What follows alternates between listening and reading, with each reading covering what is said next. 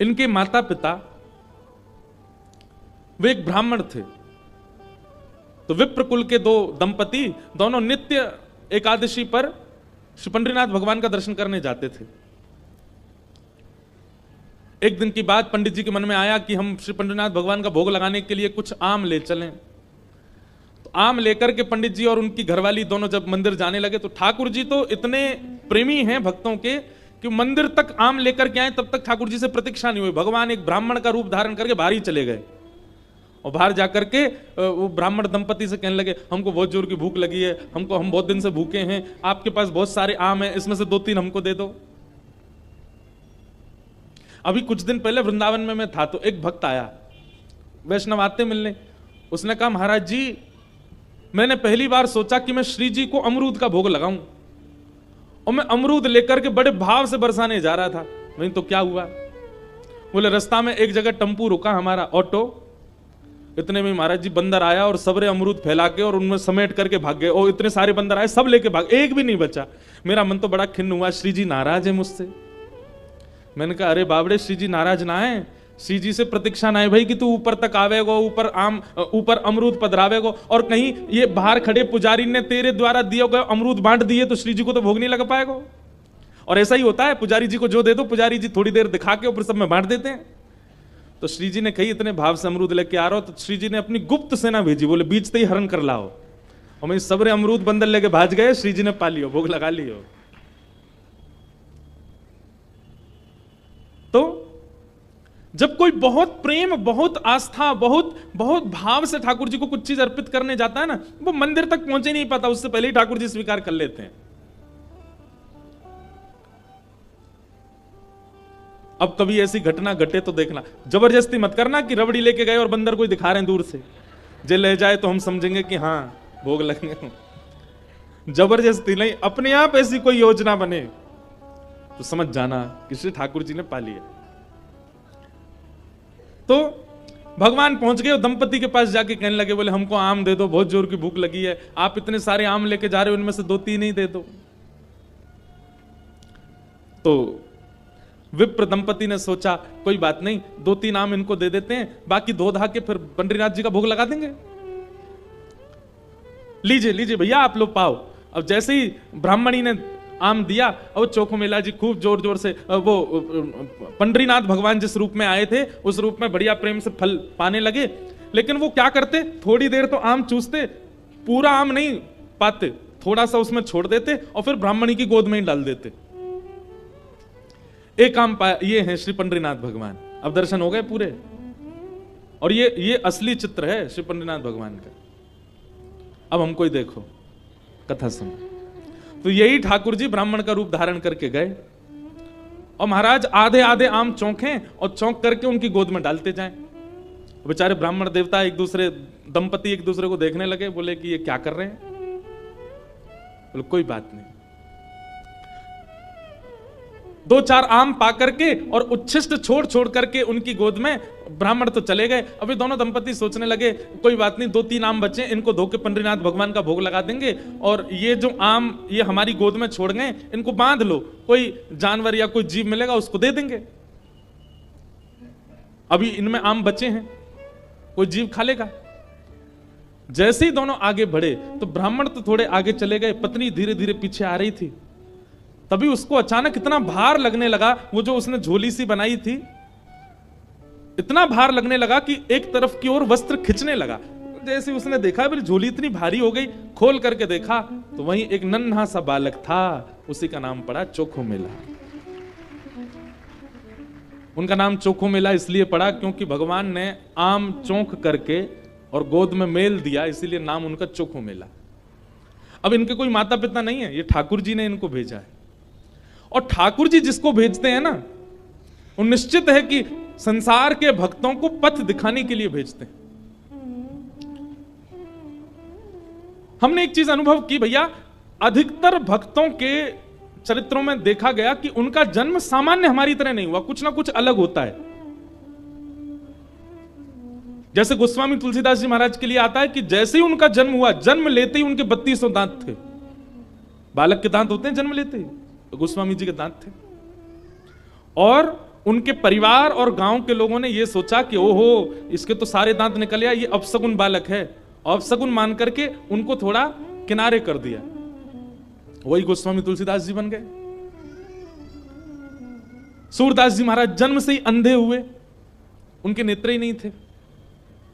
सब भक्त ऐसे नहीं होते, पर अधिकतर भक्तों के साथ कुछ जन्म से ही ऐसी स्थिति होती है कि जिसको संसार के लोग ये समझेंगे ये तो अपशगुन है, ये तो अच्छा नहीं हुआ। ठाकुर जी ने देखो उसके संग कैसा किया, अष्टवक्र, जन्म से ही 8 जगह से टेढ़े थे।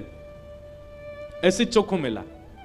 अब चोखो मेला को देख करके, उस बालक को देख करके ब्राह्मणी ने मन में विचार किया, अगर मैं इस बालक को लेकर के गई तो सब लोग पूछेंगे ये कैसे जन्मा, मैं सबको क्या उत्तर दूंगी, मेरी बात कोई नहीं मानेगा कि झोली में अपने आप आ गया। और इस भय से कि संसार के लोग क्या कहेंगे, उन्होंने उस बालक को एक सुरक्षित सा वृक्ष था उसके नीचे छोड़ दिया, उसको स्वीकार नहीं किया।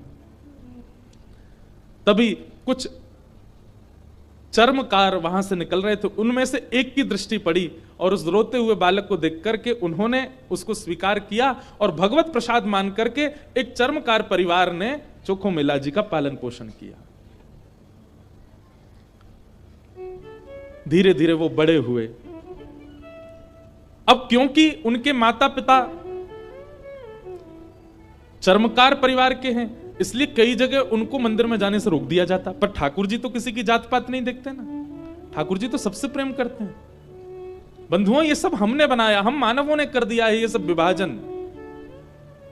कई बार ब्राह्मण कुल में जन्म लेने के बाद भी उतनी पवित्रता शुद्धता नहीं होती है, और कई बार इतने श्रेष्ठ कुल में न जन्म लेने के बाद भी बहुत पवित्र होता है मानव। वास्तविकता यह है कि जन्म से हमारी जात पात नहीं होती है, हमारे स्वभाव से होती है, हमारे गुण से होती है, हमारे कर्म से होती है। सब लोग इधर देखो, ध्यान से सुनो। चोखो मेला जी अपने पिता के साथ में खेती बाड़ी करते थे। एक दिन खेती करते करते उनके मन में आया, इतने सुंदर सुंदर फल, इतने सुंदर सुंदर सब्जियां हुई हैं, मैं क्यों ना इन फलों को पंडरीनाथ भगवान का भोग लगाने ले जाऊं। तो उन्होंने क्या किया, एक केले के वृक्ष से खूब सारे केले ले लिए और एक झोला में बांध करके चल दिए। पंढरपुर से 12 किलोमीटर दूर उनका गांव था। जैसे ही पहुंचे पंढरपुर, इतने आनंद में भर गए कि उन्होंने विचार ही नहीं किया। बहुत लोगों ने रोकने का प्रयास किया कि इनको मंदिर में ना घुसने दिया जाए, ये अधिकारी नहीं है, लेकिन वो तो इतने भाव में आ गए कि वो घुसते ही चले गए। और जैसे भीतर पहुंचे महाराज, लोगों ने घेर करके चोखो मेला जी को पीट दिया, बहुत मारा, उनके वस्त्र फाड़ दिए, सिर में चोट लगी, हाथ में चोट लगी, पैरों में चोट लगी, सब जगह इतना जख्म दे दिया।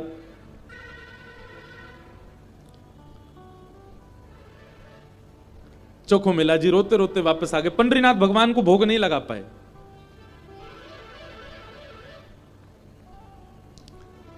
शाम का समय चोखो मेला जी अपने सब घावों को, जहां जहां से रक्त निकल रहा था, साफ कर रहे थे और गुस्सा कर रहे थे। बोले अब नहीं आऊंगा आपके पास। बैठ गए हो, ईंट के ऊपर खड़े हो गए हो, इतने सारे अपने आगे जो है धर्मशास्त्र के मर्मज्ञ लगा दिए हैं, वे सब जात पात देख करके दर्शन कराते हैं। खड़े रहो, बने रहो महाराज अपने रूप में, हम तो नहीं आएंगे आपका। अरे कुछ करने थोड़ी आया था, कुछ मांगने थोड़ी आया था, अपने खेत के बढ़िया फल लेकर के आपका भोग लगाने आया था। इतने में ही नील वर्ण के श्याम सुंदर पीतांबरी पहने चलते हुए चोखो मेला के पास प्रत्यक्ष प्रकट होके आ गए। चल करके आए और चोखो मेला के पास आकर के गले में गलवैया डाल करके बैठ गए। ए चोखा, नाम ही भगवान उसको चोखा बोलते। ए चोखा, तू इतना उदास क्यों हो रहा है? बोले उदास? इतना पिटवाया हमको, हाथ पांव सब तोड़ ताड़ दिए हमारे, और अब मेरे घर आ गए हो, मेरे गले में गलवैया डाल करके बैठे हो। ये सब लीला क्यों करते हो आप? वहां क्यों नहीं रोका आपने सब पुजारियों को, पंडाओं को, ये सब ब्राह्मणों को? ठाकुर जी बोले देख चोखा, वे सब मुझे पूजते तो हैं, मेरी सेवा तो करते हैं, पर मुझको पाषाण मानते हैं, मुझको मूर्ति ही मानते हैं। और जो मुझे पाषाण मानता है ना, उनके लिए मैं पाषाण ही रहता हूं। उनके लिए ना मैं बोलता हूं, ना मैं हंसता हूं, मैं बस एक टक खड़ा रहता हूं, ना मैं खाता हूं, ना मैं कुछ नहीं। तू तो मुझे पाषाण नहीं मानता ना, तू तो मुझे साक्षात ठाकुर जी मानता है। इसीलिए तो अपने अपने अपने बगीचे के फल लेकर के मेरे पास आया। वहां बहुसंख्यक पाषाण मानने वाले लोग हैं, इसलिए मैं उनके सामने बोला नहीं। एकांत में जब तू आ गया तो मैं तेरे पास आ गया। चल चोखा, अब तू मुझे अपने अपने आंगन के फल खिला दे। अब देखिए, ना धर्म है, ना अर्थ है, ना काम है, ना मोक्ष है, केवल प्रेम है चोखो मेला के पास। अपने हाथों से सुंदर छिलका उतार उतार करके श्री पंडरीनाथ भगवान को अपने हाथ से खिला रहा है चोखो मेला, जिसके लिए कहीं ना कहीं हम लोग प्रतिबंधित कर देते हैं कि भगवान को सब नहीं छू सकते। वो खुद अपने घर में बैठा करके ठाकुर जी को खिला रहा है और ठाकुर जी पा रहे हैं। भगवान ने 2-3 केला पाए और 2-3 केला पाने के बाद में भगवान बोले, ए चोखा सुन, अब मत खिला, अब बाकी के जितने बच्चे हैं ये सब मेरी पीतांबरी में बांध दे। चोखा बोला, वहां जाकर के पाओगे, सारे मेरे सामने ही पा लीजिए ना, आप बांध करके क्यों ले जा रहे हो, यहीं प्रेम से पालो। पंडरीनाथ भगवान बोले, अरे मैंने अपना तो पा लिया, ये बाकी के तो मैं पंढरपुर में रुक्मणी जी बैठी हैं, वो भी भूखी हैं, उनके लिए ले जा रहा हूं, उनको जाके मैं पवा दूंगा। आज चोखा तेरे ऊपर इतना प्रहार किया ना सबने, तेरे ऊपर इतना अत्याचार किया सबने, इसलिए मैंने और रुक्मणी जी ने आज भोजन ही नहीं किया, हम दोनों भूखे हैं। अब मैंने तो पा लिया, अभी रुक्मणी जी के लिए ले जाऊंगा। चोखा मेला खूब रोने। अब मैं यहां तो गा नहीं सकता, मुझे आते भी नहीं, मराठी में इतने सुंदर सुंदर पद हैं उनके। भगवान अपनी पीतांबरी में केले बांध करके पंढरपुर आ गए और पंढरपुर में आकर के रुक्मणी जी को पवाया। प्रातः काल ब्रह्म मुहूर्त में जैसे ही कपाट खुले श्री पंडरीनाथ भगवान के, चारों ओर केले के छिलके पड़े हैं और केले के छिलके देख करके सब पंडा पुजारी बोले हम तो कपाट बंद करके गए, ये केला के छिलका यहाँ कैसे पड़े हैं, ये कौन लेके आया। तभी एक उनमें से बोले कल वो आया था ना एक चर्मकार का बालक, वही अपने संग बांध के लेके आया था इतने सारे केले, उसको सुबह तो हमने मार पीट के भगा दिया, निश्चित ही वो कहीं से रात में आ गया है और रात में आकर के सब यहाँ खा करके गया है ठाकुर जी के आगे। उसका उद्देश्य तो गर्भगृह को बेकार करना ही था, इसलिए ये सब हुआ है, ये उसी ने किया है। और सब पंडा पुजारी नाराज हो गए, अपने हाथ में डंडा ले ले करके कमर कस के सब पहुंच गए चोखो मेला के घर और वहां पहुंच करके घर से निकाल करके फिर पीटा उनको, फिर मारा। कितनी परीक्षा लेते हैं ठाकुर जी, हम तो नेक आदमी घबरा जाते हैं। चोखो मेला घर में सो रहे थे और घर में जाकर के वहां से घसीट करके उनको मारा सबने। बोले अरे दुष्ट पापी, तुझको मंदिर में नहीं जाने दिया तो रात्रि तू गर्भगृह में घुस गया। चोखो मेला पिटते रहे, नेत्रों से आंसू बहाते रहे, जय हो पंडरीनाथ, कैसी लीला करते हो, सुबह पिटवाते हो, रात में आकर के खा जाते हो मेरे हाथ से। लेकिन अब की बार श्री पंडरीनाथ नाराज हो गए। पंडा पुजारी सब अपना काम करके चोखो मेला के साथ थोड़ी हाथापाई करके सब जैसे ही वापस आए, पंढरपुर में श्री पंडरीनाथ भगवान के मंदिर के मुख्य द्वार सारे अपने आप बंद हो गए और भीतर से ठाकुर जी ने ताला लगा लिया, लॉक कर लिया, बंद हो गए ठाकुर जी मंदिर के अंदर। सबने अथक प्रयास कर लिया लेकिन एक भी द्वार नहीं खुल पाया। पूरा दिन व्यतीत हो गया, बड़े बड़े कारीगर आ गए लेकिन दरवाजा तोड़ भी नहीं पाए, खोल भी नहीं पाए। तब अंत में सबको लगा हमने कोई अपराध किया है। चारों ओर पंडा पुजारी और बड़े बड़े वेदज्ञ, बड़े बड़े मनीषी सब बैठ गए, हाथ जोड़ करके पंडरीनाथ भगवान की स्तुति गाने लगे। बोले नाथ, हमसे कोई अपराध हुआ तो आप हमें बताएं, दंड दे दें, लेकिन इस प्रकार नाराज होकर मत बैठो। तभी मंदिर के भीतर से भगवान ने रुग्ण स्वर में, रोते हुए स्वर में भगवान की आवाज आई। बोले अरे तुम बनते हो बहुत बड़े विद्वान, बहुत बड़े मनीषी, बहुत बड़े ज्ञानी, बहुत बड़े जात पात के नियोजन करता, मेरे भक्त का अपमान करते हो, मेरे भक्त को मारते हो, मेरे भक्त के साथ दुराचार करते हो, नहीं देना मुझे किसी को दर्शन। और अब जब तक पृथ्वी है तब तक यह मंदिर बंद ही रहेगा, मैं भीतर ही रहूंगा। जो मेरे परम वैष्णव भक्त होंगे उनके लिए द्वार खुलेंगे, वो अंदर आएंगे, बाकी सब बाहर खड़े रहो। सब वैष्णवों ने प्रणाम करके कहा नाथ ऐसे नाराज मत होइए, आप बताइए हमसे क्या अपराध हो गया है, उसका प्रायश्चित कैसे होगा, कृपा करके बताओ। भगवान बोले मेरे चोखो मेला को जिस प्रकार तुम लोगों ने सबने जुट बना करके जाकर के उसको मारा है, अब तुम सभी वेदज्ञ, तुम सभी ब्राह्मण, तुम सभी श्रेष्ठ जन पाल की सजा के लेके जाओ और चोखो मेला को बिठा करके नाचते गाते उत्सव जैसे एक मेरी पाल की सवारी निकालते हो, ऐसे चोखो मेला की सवारी पूरे नगर में घुमाते हुए मेरे सामने लेकर के आओ, तब मेरे द्वार खुलेंगे, तब मैं तुमको क्षमा करूंगा, नहीं तो नहीं करूंगा। बड़े बड़े विद्वान, बड़े बड़े ब्राह्मण, बड़े बड़े वेदज्ञ, बड़े बड़े मनीषी भगवान की आज्ञा मान करके गए और चोखो मेला जी को जाके प्रणाम किया। एक दिव्य सिंहासन से युक्त पालकी में चोखो मेला जी को विराजमान करके नाचते गाते हुए, आनंद करते हुए, उत्सव जैसे ठाकुर जी का उत्सव मनता उससे भी अधिक उत्सव मनाते हुए चोखो मेला को लेकर के आए। और जैसे ही पंडरीनाथ भगवान के सामने पालकी पहुंची, अपने आप मंदिर के सारे द्वार खुल गए और मानो आज लग रहा था कि भक्त भगवान का नहीं, भगवान भक्त का दर्शन कर रहे हैं, भगवान चोखो मेला का दर्शन कर रहे हैं।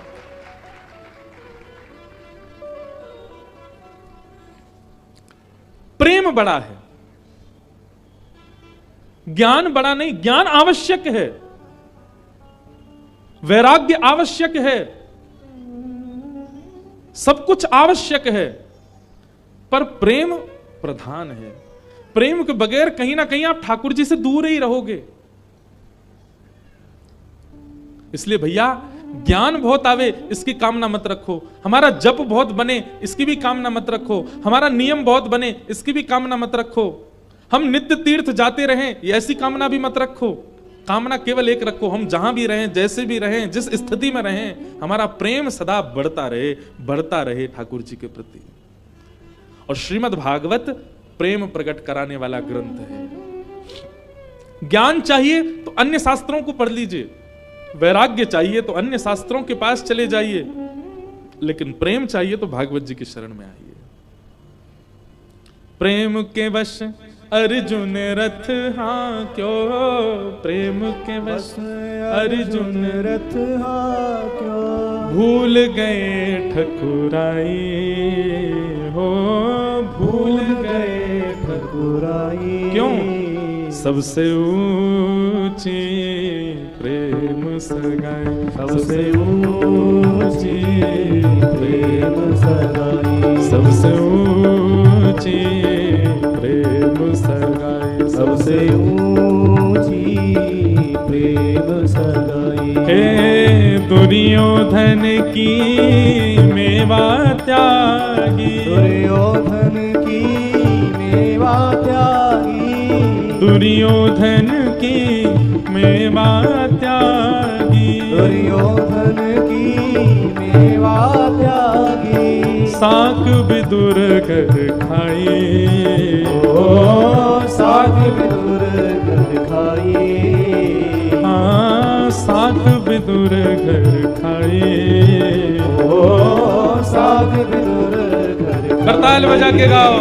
सबसे ऊंचे प्रेम सगाई, सबसे ऊंची प्रेम सगाई, सबसे ऊंची प्रेम सगाई, सबसे ऊंची।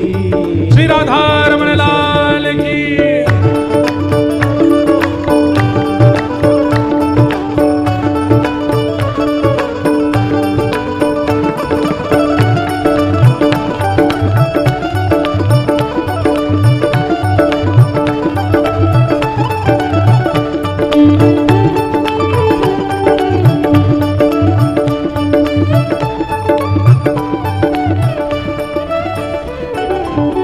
ऐसी प्रीत बनी वृंदावन, ऐसी प्रीत बड़ी वृंदावन, ऐसी प्रीत बड़ी वृंदावन, ऐसी प्रीत बड़ी वृंदावन। श्री कृष्ण मर्यादा पुरुषोत्तम नहीं है, श्री कृष्ण ज्ञान प्रधान नहीं है, श्री कृष्ण वैराग्य प्रधान नहीं है, श्री कृष्ण तो प्रेमावतार है। उनकी प्रत्येक लीला केवल प्रेम के वश में होकर के की गई है। ऐसी प्रीत बढ़ी वृंदावन, ऐसी प्रीत बढ़ी वृंदावन, हे गोपियन रास रचाई, ओ गोपियन रास रचाई, हाँ गोपियन रास रचाई, गोपियन भाव से। सबसे ऊंचे प्रेम सगाई, सबसे ऊंची प्रेम सगाई, सबसे ऊंची प्रेम सगाई, सबसे ऊंची प्रेम सगाई, ओ सबसे ऊंची प्रेम प्रेम सगाई सबसे ऊंची प्रेम सगाई। हे सूर कूर एहि लायक नाही, सूर कूर एहि लायक नाही। देखो इस पद में सूरदास जी अपने आप को क्या कह रहे हैं? कूर। लेकिन हम वैष्णवों को नहीं गाना चाहिए। सूरदास जी अपने आप को भले ही कुछ भी कहें, पर हमको तो उनको दास ही कहना। सूर कूर, कूर किसको कहते जानते हैं ना? ग्राम सिंह। ये तो वैष्णवों की प्रधानता, ये उनका भाव है, ये उनकी दीनता है कि वो अपने आप को कूर कह रहे हैं। पर सूरदास जी कूर नहीं हो सकते।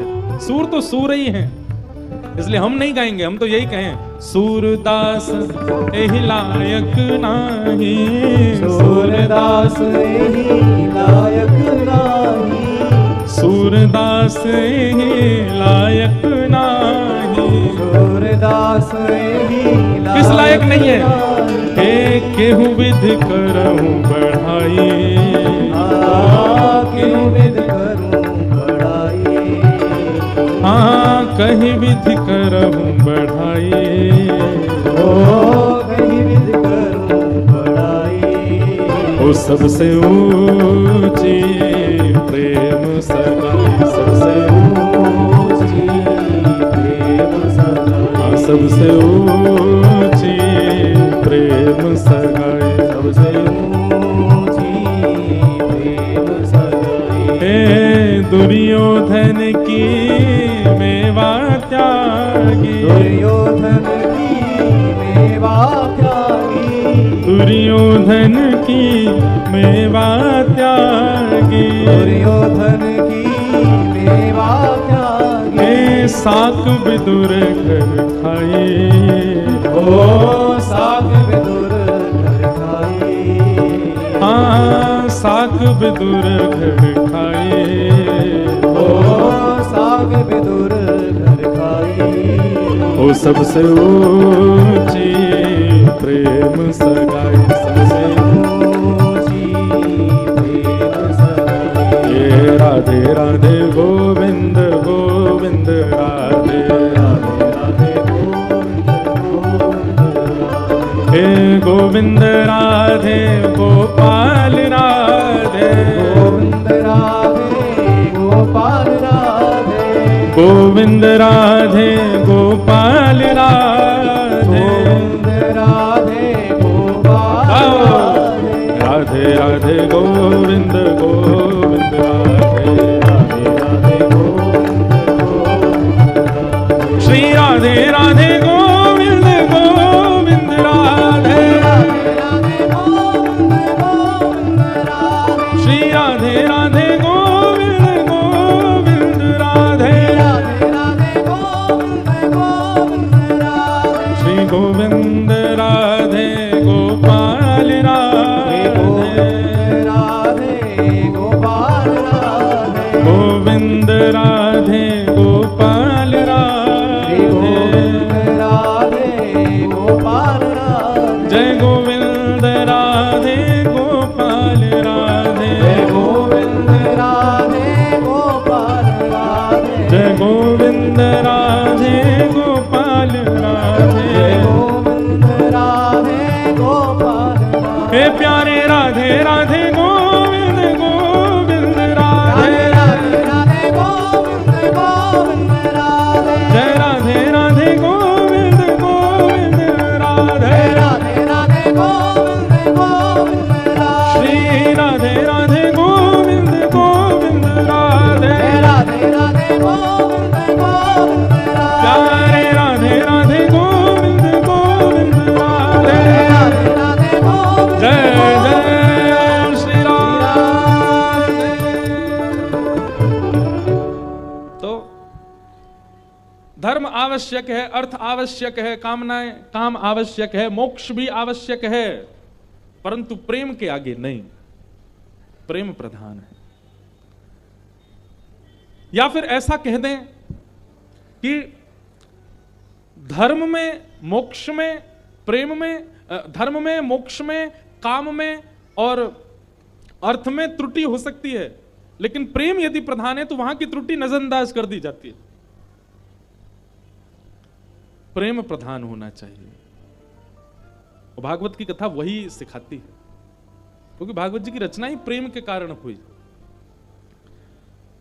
श्री वेदव्यास जी महाराज ने भागवत की रचना करके अपने पुत्र सुखदेव जी को हिमालय में, जो कि निर्गुण निराकार ब्रह्म की उपासना कर रहे थे, उनको शिष्यों के द्वारा बुलवाया और संपूर्ण भागवत का ज्ञान प्रदान किया। फिर उन्हीं सुखदेव जी ने वही भागवत का ज्ञान परीक्षित को प्रदान किया।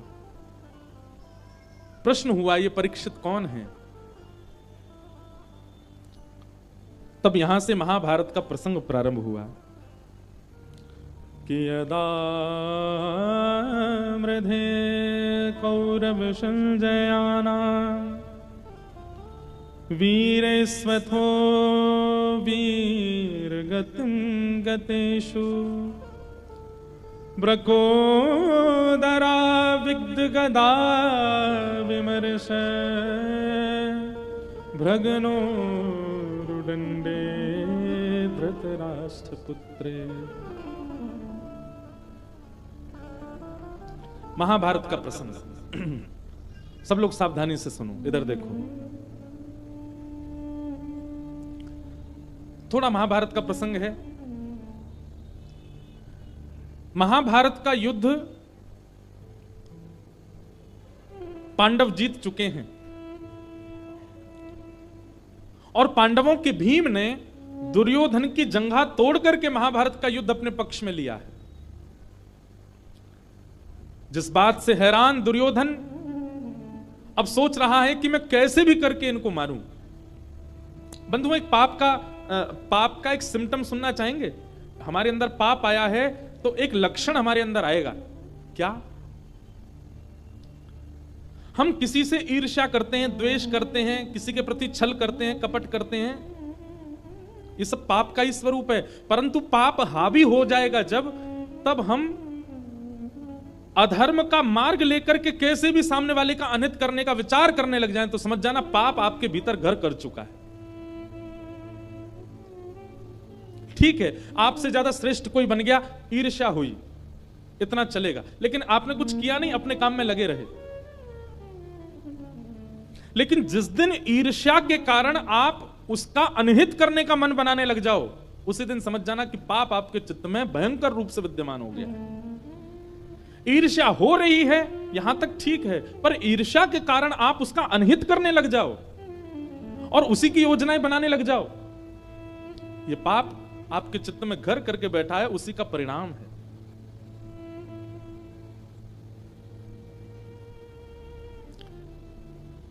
ऐसा कह दें कि जैसे बहुत गंभीर बीमारी हो जाए और वो थोड़ी बहुत स्थानों पर हो तो उसकी चिकित्सा की जाती है, लेकिन अगर वो मस्तिष्क में पहुंच जाए, ब्लड में आ जाए, आपके हृदय में उसका प्रवेश हो जाए, तो फिर उस बीमारी का कोई उपचार नहीं है।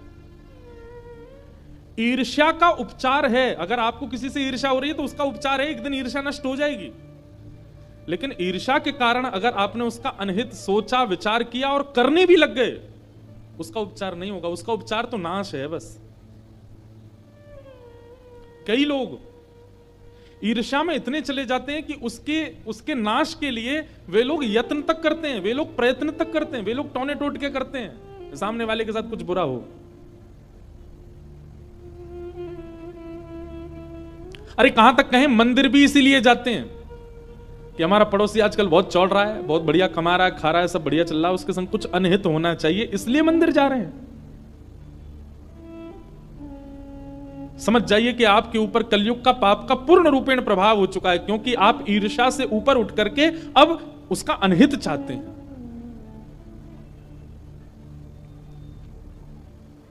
इसलिए किसी के प्रति ईर्ष्या आवे, कथा में आइए, सत्संग में आइए, गुरुजनों के पास आइए, गंगा स्नान कीजिए, यमुना स्नान कीजिए, धीरे धीरे अपने उस ईर्ष्या को नष्ट कीजिए। परंतु अगर ईर्ष्या के कारण आपके चित्त में उसका अनहित चाहने की इच्छा हो रही है, उसके साथ गलत करने की इच्छा हो रही है, आपका नाश होने से कोई नहीं रोक सकता। और वही कर रहा है दुर्योधन। दुर्योधन युद्ध हार चुका है, अचेत अवस्था में पड़ा है रणभूमि में, लेकिन तब भी उसको ये पीड़ा नहीं है कि मैं मरने वाला हूं, अपनी मृत्यु सफल बना लूं। अरे मेरे कुछ क्षण बचे हैं, मैं इन क्षणों में कुछ अच्छा कर लूं, हरिनाम संकीर्तन कर लूं, भजन कर लूं, कुछ पुण्य कर लूं। नहीं, वो थोड़े क्षणों जो उसके बचे हैं जीवन के, उनमें भी क्या सोच रहा है कि मैं क्या करूं कि पांडव भी मारे जाएं, मैं पांडवों से बदला लूं। पिक्चरों में कभी कभी दिखाया जाता है कि जब गुंडे के पिताजी मरने वाले होते हैं तो वो मरते मरते कह जाते हैं मेरी मृत्यु का बदला तू ले लेना, और फिर वो मर जाते हैं। ये पिक्चरों तक अच्छी बात है, पर जीवित अवस्था में ऐसी स्थिति ना आवे। अरे अंतिम श्वास हम कभी कभी देखते हैं, फ्लाइट में हो कभी कहीं जा तो कभी देखते हैं पिक्चर, उसमें जब ऐसी तब सोचते हैं अरे यार अंतिम श्वास ले रहा था, कम से कम राम नाम तो बोल जाता, अंतिम श्वास ले रहा था नारायण नारायण ही बोल के चला जाता, उसमें भी बदला लेने की भावना रख के गया। इसलिए भैया कभी विचार में भी अगर आ गया हो आपके कि मुझे उससे बदला लेना है, उसके साथ ऐसा कुछ करना है कि उसका काम खराब हो या जो, समझ जाइए क्या पता इस कथा के माध्यम से ठाकुर जी आपको कुछ संकेत दिलाना चाहते हैं, यह नाश का कारण बनेगा। संसार में हर व्यक्ति अपना प्रारब्ध भोग रहा है, वो कभी ना कभी कुछ अच्छा करके, भले इस बार वो अच्छा इंसान नहीं है, कभी कुछ उसने अच्छा किया इसलिए वो भोग रहा है, भोगने दीजिए। आप क्यों कुछ ऐसे यत्न करो कि उससे उसका बुरा हो।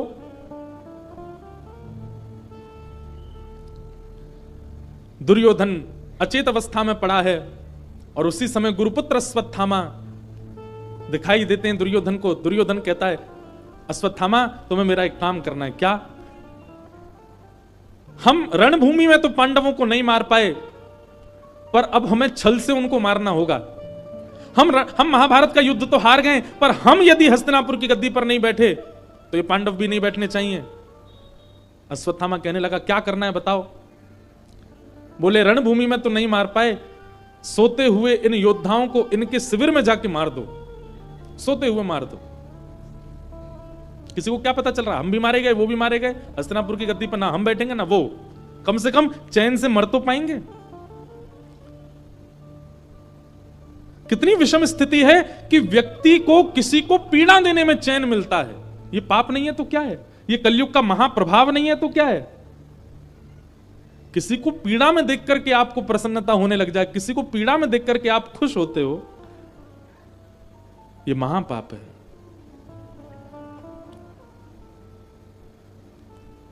और आप और हम तो कथा में बैठे हैं, इसलिए हम लोगों के लिए ऐसा लगता है कि ऐसे लोग तो नहीं होंगे संसार में, पर आप जान करके आश्चर्य करेंगे ऐसे लोगों की सबसे ज्यादा संख्या है जो किसी के अनहित होने की खबर सुनकर के घर में उत्सव मनाते हैं। बोले आज तो भैया पार्टी होएगी, क्यों? उसका बुरा हुआ इसलिए हम खुशी मना रहे हैं। ये पाप नहीं, महापाप।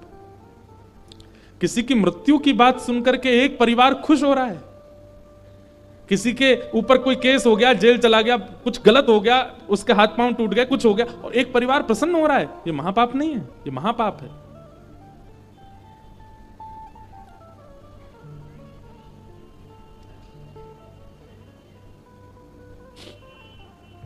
अश्वत्थामा अर्धरात्रि में गए पांडवों को मारने के लिए, लेकिन जिनके रक्षक सुदर्शन चक्रधारी उनको कौन मार सकता है।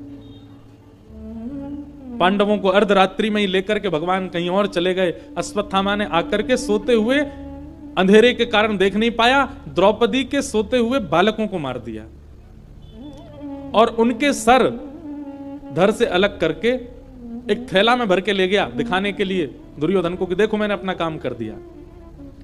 दुर्योधन से जाकर के कहा देखो दुर्योधन मैंने काम कर दिया, मैंने 5 पांडवों को मार दिया। दुर्योधन बोला मुझे विश्वास नहीं होता। बोले इसीलिए मुझे पता था तुमको विश्वास नहीं होगा, मैं सर लेके आया उनके। दुर्योधन ने प्रकाश करके जैसे ही देखा, अरे मूर्ख, ये पांडव नहीं है, ये द्रौपदी के 5 पुत्र हैं, निर्दोष बालक।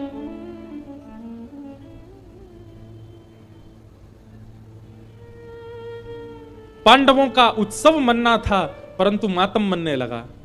दूसरे दिन प्रातःकाल जैसे ही देखा तो रक्त से संचित समस्त शिविर हो चुके थे। दौड़ करके जब देखा तो द्रौपदी के 5 पुत्र मरे पड़े हैं, सर नहीं है उनके, केवल धड़ पड़े हैं। रोने लगी द्रुपद सुता और उसी समय संकल्प ले लिया अर्जुन ने, प्रतिज्ञा ले ली अर्जुन ने, द्रौपदी तुम रो मत, मैं प्रतिज्ञा लेता हूं जिसने भी बालकों को मारा उसको जीवित नहीं छोड़ूंगा मैं। बंधुओं, क्रोध बुरा नहीं होता, पर क्रोध में हमारी प्रतिक्रिया बुरी होती है। इसलिए जो लोग कहते हैं कि हमें बहुत क्रोध आता है, क्या करें? बस क्रोध में मौन हो जाओ, बोलना बंद कर दो, कोई प्रतिक्रिया मत दो। आपका क्रोध नाशक नहीं होगा। फिर क्रोध आने दीजिए, बस आप क्रोध में बोलना बंद कर दीजिए। कठिन होगा लेकिन फिर भी करो। एक आध बार थोड़ी बहुत आवाज निकलेगी, 2-4 बार प्रैक्टिस करोगे तो फिर अपने आप सीख जाओगे। क्रोध में मौन हो जाओ, बोलो ही मत।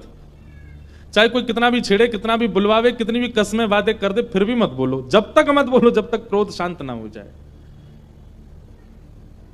धैर्यवान होकर के जब आप बोलेंगे, क्रोध शांत होने पर जब आप बोलेंगे, तो आप नाश नहीं करोगे अपना, कुछ अच्छा ही निकलेगा आपके मुख से। तो क्रोध बुरा नहीं होता, क्रोध में प्रतिक्रियाएं बुरी होती हैं, क्रोध में प्रतिक्रियाएं नाशक होती हैं। और एक बात सुन लीजिए, क्रोध को कम करने का एक ही उपाय है कि क्रोध में प्रतिक्रियाएं करना। जैसे आप कम कर दोगे 1 बार, 2 बार, 3 बार, 5-6 बार में, धीरे धीरे जब प्रतिक्रिया ही नहीं दोगे, धीरे धीरे अपने आप क्रोध कम हो जाएगा। फिर आपके सामने कोई कितना भी कुछ कर दे, आपको क्रोध आएगा ही नहीं, क्योंकि आपने प्रतिक्रियाएं ना दे करके अपने क्रोध में प्रतिक्रिया करने का मतलब क्या है? जलती हुई अग्नि में कपूर डालना, उसको और तेज करना। जब व्यक्ति क्रोध आने पर प्रतिक्रिया देता है तो उसका क्रोध अगली बार और ज्यादा बढ़ जाता है। लेकिन जो व्यक्ति क्रोध आने पर प्रतिक्रिया ही नहीं देता, अग्नि में घी ही नहीं डालोगे, तो धीरे धीरे अग्नि शांत हो जाएगी, धीरे धीरे अग्नि का तेज कम हो जाएगा। ठीक वैसे क्रोध है, कुछ पकड़ लो, कुछ जकड़ लो, हाथ की मुट्ठियां बांध लो, आंख बंद करके ऐसे बैठ जाओ, लेकिन बोलो मत, चाहे कुछ हो जाए। क्रोध में मौन हो रो। बताओ, कोई एक को समझ में आई बात? इतने लोगों में एक ने समझी।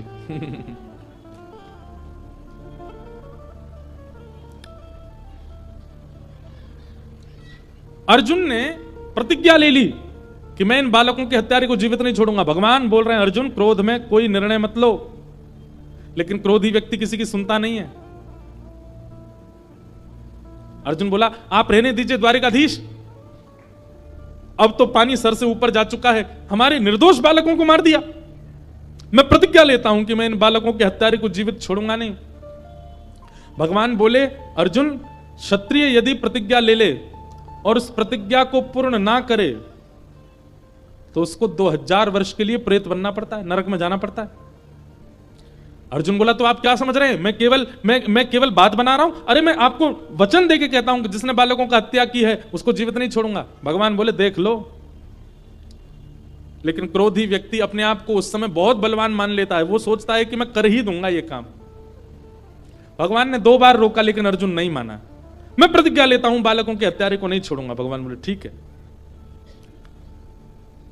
अर्जुन निकल पड़े ढूंढने किसने मारा है बालकों को। तो कृतवर्मा, अश्वत्थामा, इस प्रकार 3 लोग बचे थे बस महाभारत युद्ध में कौरव पक्ष के। और तीनों की जब जांच करवाई तो अश्वत्थामा दोषी मिले। जैसे ही दोष लगा अश्वत्थामा भागा रथ में बैठ करके, अर्जुन उसके पीछे पीछे भागे। भगवान कृष्ण रथ चला रहे थे, तभी अश्वत्थामा ने ब्रह्मास्त्र अभिमंत्रित करते हुए अर्जुन के ऊपर छोड़ दिया। ब्रह्मास्त्र का तेज आ रहा था, अर्जुन का शरीर जल रहा है, चरणों में गिर गया भगवान के, बोले प्रभु मेरी रक्षा करो, ये ब्रह्मास्त्र छोड़ दिया मेरे ऊपर। भगवान बोले, तुम भी ब्रह्मास्त्र छोड़ो, दोनों ब्रह्मास्त्र टकराएंगे, शांत हो जाएंगे। अर्जुन ने किसी प्रकार से ब्रह्मास्त्र शांत करके अश्वत्थामा को पकड़ लिया और पकड़ करके उसके हाथ और पैर बांध करके अपने रथ के चक्के से बांध दिया और घसीटते हुए लेके आ रहा है। यहां पांडवों की समस्त सेना और पांडव और द्रौपदी सब रुदन कर रहे थे। तभी किसी ने हल्ला किया, अर्जुन बालकों के हत्यारे को पकड़ लाया है। सब देखने के लिए बाहर आ गए, देखें तो सही किसने मारा इन निर्दोष बालकों को। हाथ पैर बंधे हुए अश्वत्थामा के। अश्वत्थामा कौन है? पांडवों के गुरु कृपाचार्य का पुत्र है, यानी कि गुरु पुत्र है। अश्वत्थामा को जैसे ही देखा द्रौपदी ने, तुरंत बोल पड़ी द्रौपदी। और क्या कहती है द्रौपदी? कह रही है कि तथा हतम पशुवत पाशवत्थ मवांग मुखम कर्म जुगुप्सितेन निरीक्ष कृष्णापकृतं गुरु सुतं वाम स्वभावा कृपयाननाम च उवाच चास्य हन्तस्य वन्धनानयनं सतिं मुच्यतामेष ब्राह्मणो नितरां गुरु। द्रौपदी बोली, अर्जुन तुम किसको पकड़ के लाए हो? अर्जुन बोला, तुम्हारे बालकों का हत्यारा है अश्वत्थामा।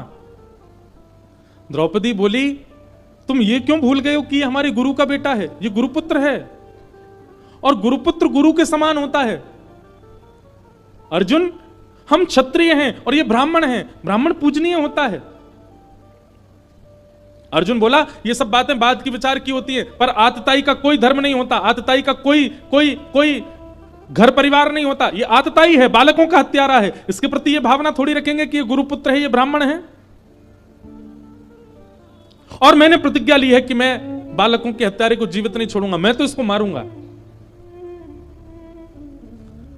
द्रौपदी बोली, अर्जुन क्या इसको मारने से मेरे मरे हुए 5 पुत्र जीवित हो जाएंगे? अर्जुन बोले, नहीं। सुनो, बात सुनो, कथा सुनो, अभी ताली नहीं बजाओ, कथा सुनो। द्रौपदी कहती है, क्या इसको मारने से मेरे पुत्र जीवित हो जाएंगे? अर्जुन बोला, नहीं। तो फिर उसको क्यों मारना? और दूसरी बात, अगर तुमको मेरे ऊपर इतनी दया आ रही है कि मेरे 5 पुत्र मारे गए, तो एक तरफ दृष्टि उठा करके देखोगे तो 5 पुत्र भले ही मेरे चले गए, पर 5 पति जीवित हैं। अश्वत्थामा की मां विधवा पहले हो चुकी है और केवल एक पुत्र है उनका, और इसको भी तुम मार दोगे तो ना पति है ना पुत्र है, अकेली हो जाएगी। ये महापाप नहीं होगा कि हम एक अबला दुर्बला नारी के सारे सहारों को छीन लें? मेरे 5 पुत्र छीन लिए गए पर 5 पति जीवित हैं, मैं इनके सहारे रह लूंगी। लेकिन अश्वत्थामा की मां के लिए तो विचार करो अर्जुन, उनके पति भी नहीं है और एकमात्र पुत्र है, उसको भी मार दोगे तो पुत्र मरने की क्या वेदना होती है, ये मैं अभी जूझ रही हूं इससे, मुझे पता है। मैं नहीं चाहती कि जिस वेदना में एक मां है उस वेदना में दूसरी मां भी जाए। अश्वत्थामा, अर्जुन मेरी आज्ञा मानिए, क्योंकि मेरे पुत्र मरे हैं, अश्वत्थामा को मत मारो। अर्जुन अब सोच में पड़ गए, मैं क्या करूं।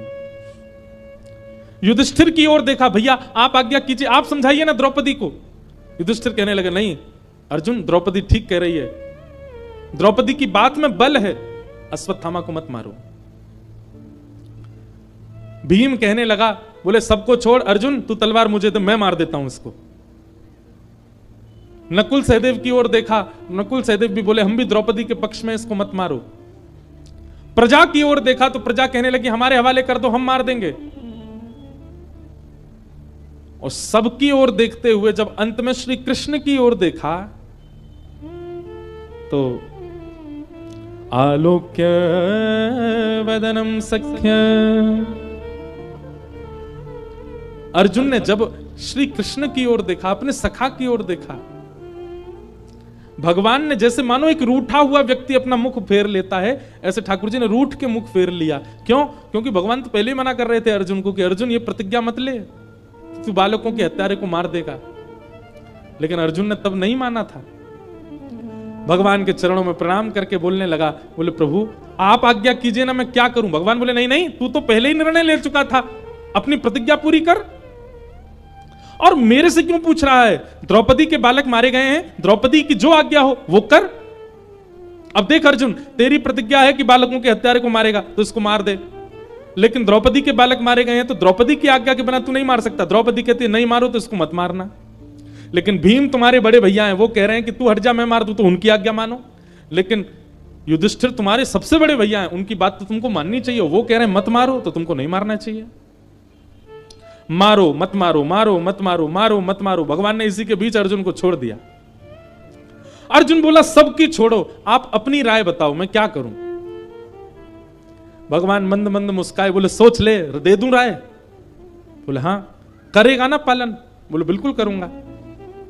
भगवान कहते हैं कि ब्रह्म बंधु न हंतव्य आतताई बधारण मय्यैवो भयमां मातम परिपायानुशासनम।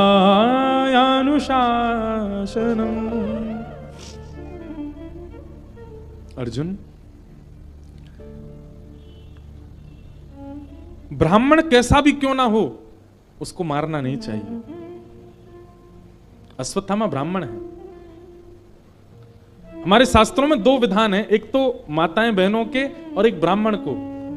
ऐसा कहा गया कि कितना भी बड़ा दंड करें, कितना भी बड़ा अपराध करें, इनको मृत्यु दंड नहीं मिलना चाहिए। आजीवन कारावास दे दो, जीवन भर के लिए जेल में ही डाल दो, मृत्यु ही जेल में हो वो ठीक है, पर मृत्यु दंड नहीं देना, ना तो माताओं को और ना ही ब्राह्मण को। अब किसी ने मुझसे कहा, बोले आप तो ब्राह्मणों का पक्ष लोगे क्योंकि स्वयं ब्राह्मण हो। एक बात हमारी ध्यान से सुनना, ये ब्राह्मणों के कहीं कहीं जो प्रशंसा के प्रसंग आते हैं ना, कि ब्राह्मणों के संग ऐसा नहीं करना, ब्राह्मणों को ये नहीं करना, इसका मतलब क्या है? ठाकुर जी कह रहे हैं बाकी सबको तो उनके कर्म का दंड आप दे दो, लेकिन ब्राह्मण यदि कुछ गलत करेगा तो उसको दंड आप नहीं देना, उसको दंड मैं दूंगा। उसको दंड देने का अधिकार मेरे हाथ में है। और देखो, हम आप सब दंड देंगे तो नेक नेक ही दे देंगे, लेकिन ठाकुर जी जब दंड पानी बनते हैं ना, हमारी कथा हुई थी 1 महीना की नासिक में, 1 महीना कथा की थी। नासिक कथा में हमने दंड पानी भगवान का वर्णन किया। इतना भयावह रूप होता है जब ठाकुर जी दंड पानी बनते हैं। तो ब्राह्मण कोई अपराध करे तो इसका मतलब यह नहीं कि भागवत जी उसको छूट दे रही है कि चलो तुमको मृत्यु दंड नहीं। ब्राह्मण यदि कोई अपराध करेगा और कोई भी अपराध करे उसको दंड यही मिल जाएगा, लेकिन ब्राह्मण जब अपराध करता है तो ठाकुर जी दंड पानी रूप धारण करते हैं और कहते हैं तुझको तो मैं देखूंगा, तू आ मेरे पास। और ब्राह्मण को दंड भगवान देते हैं। इसलिए ब्राह्मण को तो और ज्यादा संभल के क्रिया करनी चाहिए, क्योंकि उसके दंड का अधिकार तो भगवान ने हाथ में ले रखा है। छूट नहीं है ब्राह्मणों को, उनके लिए और कठिन प्रावधान है। तो भगवान कह रहे हैं अर्जुन, ब्राह्मण कैसा भी क्यों ना हो उसको मारना नहीं चाहिए। लेकिन तुरंत भगवान कहते हैं पर अर्जुन, बालकों का हत्यारा कोई भी क्यों ना हो उसको छोड़ना नहीं चाहिए। अर्जुन बोला गलती कर दी आपसे पूछ के तो मैंने, ये कैसा निर्णय दिया आपने? आप कह रहे हो ये ब्राह्मण है इसको मारो मत, और कह रहे हो ये बालकों का हत्यारा इसको छोड़ो नहीं। ठाकुर जी बंधुओं ऐसे ही क्रीड़ा करते हैं। कई बार ठाकुर जी की ना में हां होती है और कई बार ठाकुर जी की हां में ना होती है। ये तो गुरुजन ही बता सकते हैं कि वो हां कर रहे हैं कि ना कर रहे हैं। कई बार हमें लगता है कि ठाकुर जी की शायद इसमें रजामंदी है, पर नहीं, वो दिखाएं ऐसा रहे कि उनकी रजामंदी पर है नहीं है। श्री कृष्ण के आश्रय में रहना बहुत आसान नहीं है, बहुत दिमाग घूम जाता है महाराज।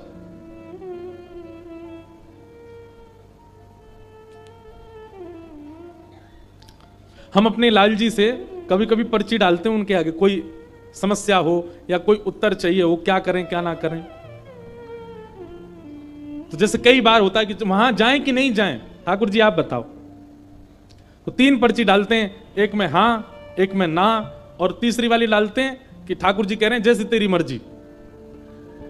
ज्यादातर तो वो तीसरी वाली पर्ची उठती है, बोले जैसी तेरी मर्जी, हमसे मत पूछे। इसका मतलब क्या है? अपने ऊपर प्रेशर नहीं लेते, बोले अपने बुद्धि विवेक से देख तुझे क्या करना है। पर कई बार जब हां या ना वाली पर्ची आती है ना, वहां जाएं तो ठाकुर जी की आ गई हां, तो फिर ठाकुर जी को देख के लगता है ये ना वाला हां था या हां वाला हां था।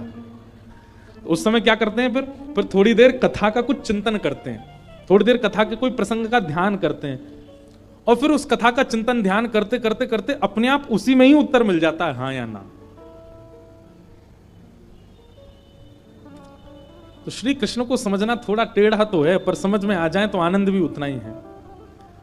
अब अर्जुन को बोल रहे हैं ब्राह्मण को मारना नहीं चाहिए, बालकों के हत्यारे को छोड़ना नहीं चाहिए। अर्जुन बोला एक ही बात बता दो, क्या करूं, मारूं कि छोड़ूं? भगवान बोले अब ये तेरा निर्णय, मैंने तो अपना दे दिया। ब्राह्मण को मारना नहीं चाहिए, बालकों के हत्यारे को छोड़ना नहीं चाहिए। अर्जुन ने थोड़ी देर ध्यान लगा करके अपनी बुद्धि पर थोड़ा दबाव डाला, चिंतन किया कि मैं क्या करूं।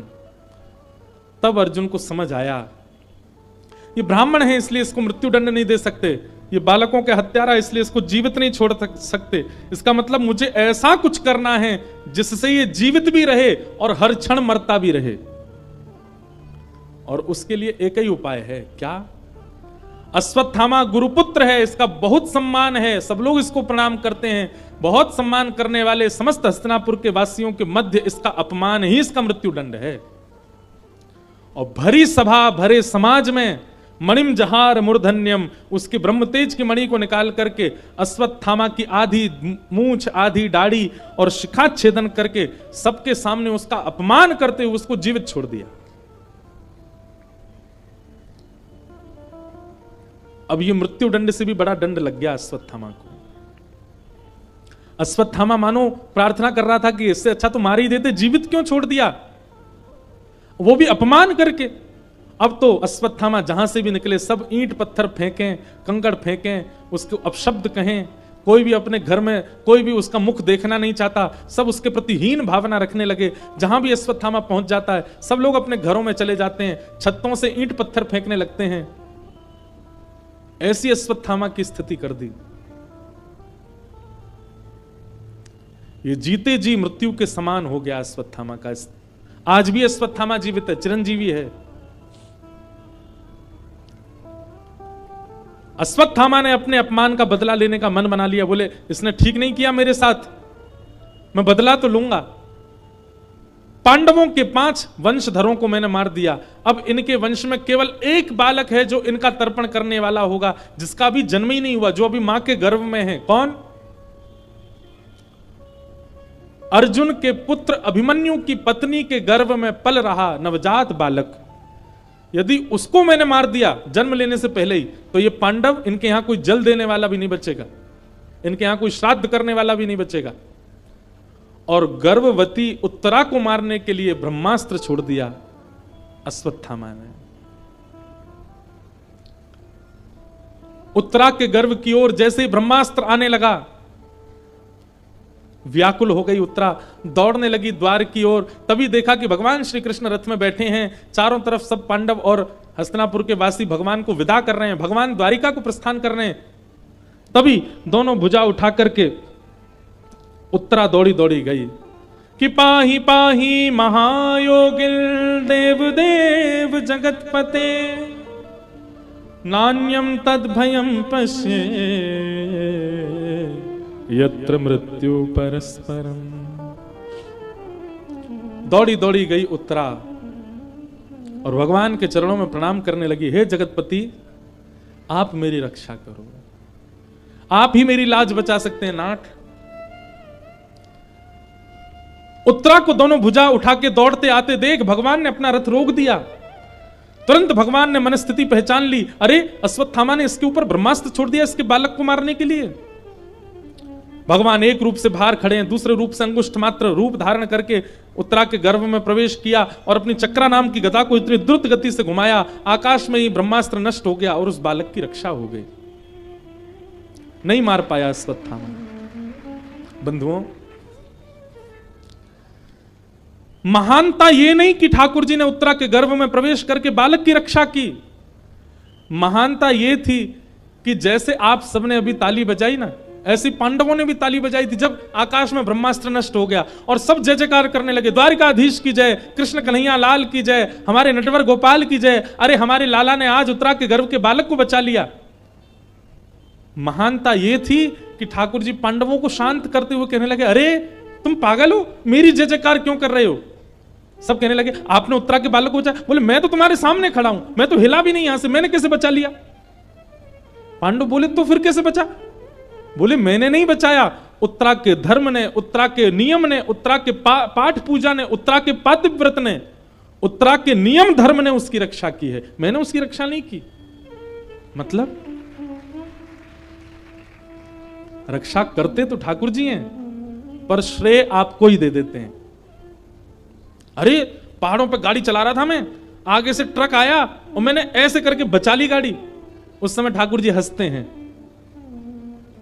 हाँ, यही बच के आया वहां से, जबकि वो बल हमारा नहीं होता है, ठाकुर जी का ही होता है। ठाकुर जी कृपा करते हैं। महाराज जी कोरोना काल में सारे डॉक्टरों ने मना कर दिया था और मेरी तो सांस फूलने लग गई थी, लेकिन मैंने अपना साहस नहीं तोड़ा, अपना विश्वास नहीं तोड़ा। देखिए आज आपके सामने बैठा हूं, उस समय हंसी आती, अच्छा ठाकुर जी सोच रहे होंगे देखो अपने आप ही बच गया बेचारा। वास्तव में क्रिया सब ठाकुर जी करते हैं और श्रेय हम अपना ले लेते हैं कि हमने ऐसा किया और हम बच गए। आप लोग भी यदि कहते हैं आपकी कथा सुनकर के हमारे चित्त में भक्ति आ गई और मैं कहने लग जाऊं हाँ मेरी कथा से भक्ति आई, तो ठाकुर जी मुझ पे भी हंसते होंगे, वाह तेरी कथा से बदल रहे हैं लोग। वास्तव में ठाकुर जी की कृपा ना हो, उनकी इच्छा ना हो तो कोई परिवर्तन नहीं हो सकता।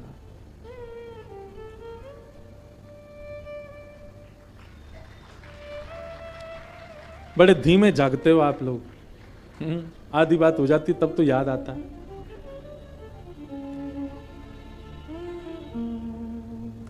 इसीलिए भगवान का एक नाम बताया गया, क्या? मान देना। ठाकुर जी से एक चीज सीखो, सब कुछ करने के बाद भी श्रेय ना लेना। सब कुछ व्यवस्थित करने के बाद भी उसका श्रेय ना लेना, यह ठाकुर जी का स्वभाव है। और हमारा स्वभाव कैसा है? सब कुछ किया किसी और ने, पर हम ये सोचते हैं हमारा नाम भी आ जाए। कई जगह अखबारों में नाम आता है, फलाने शहर में भागवत जी की कथा हुई और मंच पर आरती करने के लिए ये लोग सम्मिलित थे। मंच पे तो 4 ही लोग थे, लेकिन नाम 20 का आता, बाकियों ने पैसा देके नाम डलवाया होता, हमारा भी दे दो यार, उसमें हमारा भी नाम आ जाएगा। सब कुछ न करने के बाद भी हम श्रेय चाहते हैं, और ठाकुर जी कैसे? सब कुछ करने के बाद भी श्रेय की इच्छा नहीं रखते, दूसरों को देते हैं। मैं कथा सुना रहा हूं उनकी कृपा से, आप सुन रहे हो उनकी कृपा से, पर हम दोनों ही अभिमान अपने ऊपर करेंगे। मैं इसलिए करूंगा मैंने कथा सुनाई, और आप इसलिए करोगे हमने पूरी कथा सुनी, एक शब्द भी नहीं छोड़ा। ठाकुर जी उस समय हंसेंगे, वाह हम तो कुछ है ही नहीं, हमारी कृपा तो कुछ है ही नहीं, सब ये अपने आप ही कर रहे हैं, दुनिया चला रहे हैं अपने आप ही।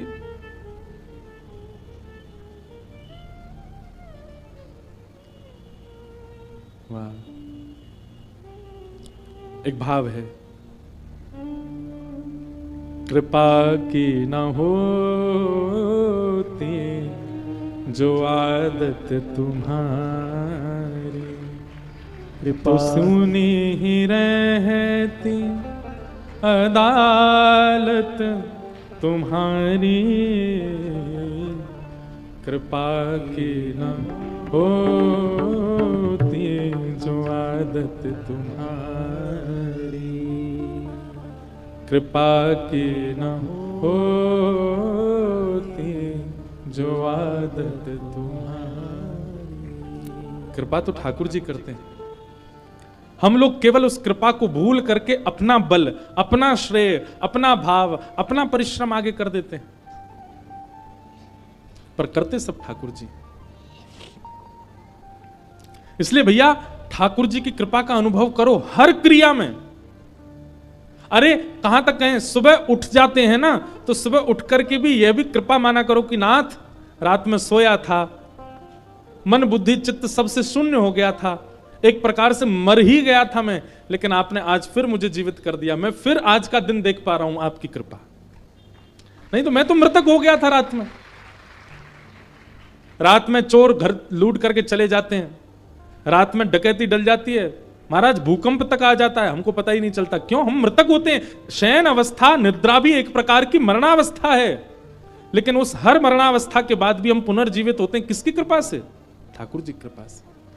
हर दिन ठाकुर जी को वंदन करो कि आपकी कृपा है नाथ।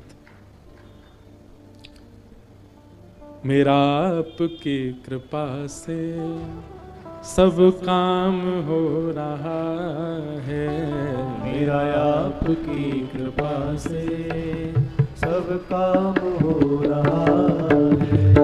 करते हो तुम कन्हैया, करते हो तुम कन्हैया, करते हो तुम कन्हैया, करते हो तुम कन्हैया। मेरा नाम हो रहा है, मेरा आपकी कृपा से सब काम हो रहा है। मेरा आपकी कृपा से से मेरा आपकी कृपा से सब काम हो रहा है। मेरा आपकी कृपा से सब काम हो रहा है। करते हो तुम कन्हैया मेरा नाम हो रहा है। करते हो तुम कन्हैया मेरा नाम हो रहा है। ओ करते हो तुम कन्हैया मेरा नाम हो रहा है। करते हो तुम कन्हैया मेरा नाम हो रहा है। ओ मेरा आपकी कृपा से सब काम हो रहा है। मेरा आपकी कृपा से सब काम हो। बोल बाल कृष्ण लाल की।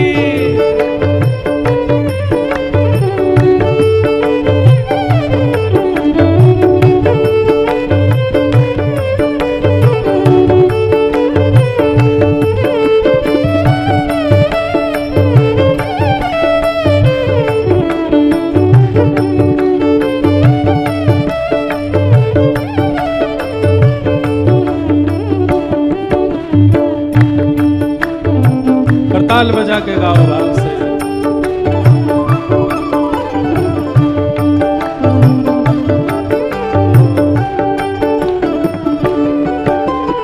तुम साथ हो जो मेरे किस बात की कमी है। तुम साथ हो जो मेरे इस बात की बंधुओं कमी ये भाव अधिकतर सबको याद है, सब गाते हैं, पर केवल गाते हैं मानते नहीं है। आज भागवत जी के पंडाल में ठाकुर जी के आगे बैठ के मानते हुए गाओ, विश्वास के साथ गाओ। तुम साथ हो जो मेरे किस बात की कमी है। तुम साथ हो जो मेरे इस बात की कमी है। किसी और वस्तु की अब दरकार भी नहीं है। किसी और वस्तु की अब दरकार भी नहीं है। हाँ किसी और वस्तु की अब दरकार भी नहीं है। किसी और वस्तु की अब दरकार भी नहीं है। तेरे साथ से गुलाम हो, तेरे साथ से गुलाम ए गुलफाम हो रहा है। तेरे साथ से गुलाम गुलफाम हो रहा है। करते हो तुम कन्हैया मेरा नाम हो रहा है। करते हो तुम कन्हैया मेरा नाम हो रहा है। करते हो तुम कन्हैया मेरा नाम हो रहा है। करते हो तुम कन्हैया मेरा नाम हो रहा है। मेरा आपकी कृपा से सब काम हो रहा है। मेरा आपकी कृपा से सब काम। श्री राधा रमण लाल की।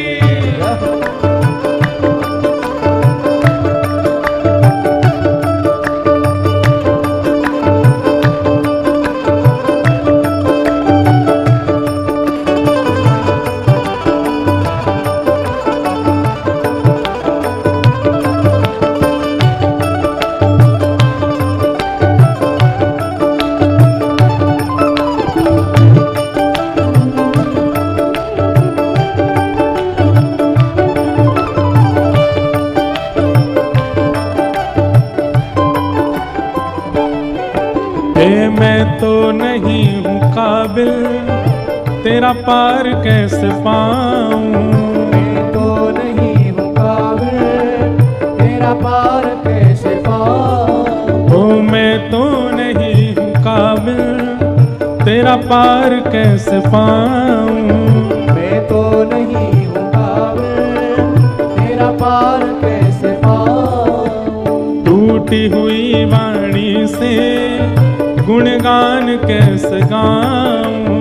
टूटी हुई वाणी से गुणगान कैसे गाऊं। हे टूटी हुई वाणी से गुणगान कैसे गाऊं, टूटी हुई वाणी से गुणगान कैसे गाऊं। तुम्हारी प्रेरणा से, तुम्हारी प्रेरणा से ये कमाल हो रहा है, तुम्हारी प्रेरणा से ये कमाल हो रहा है।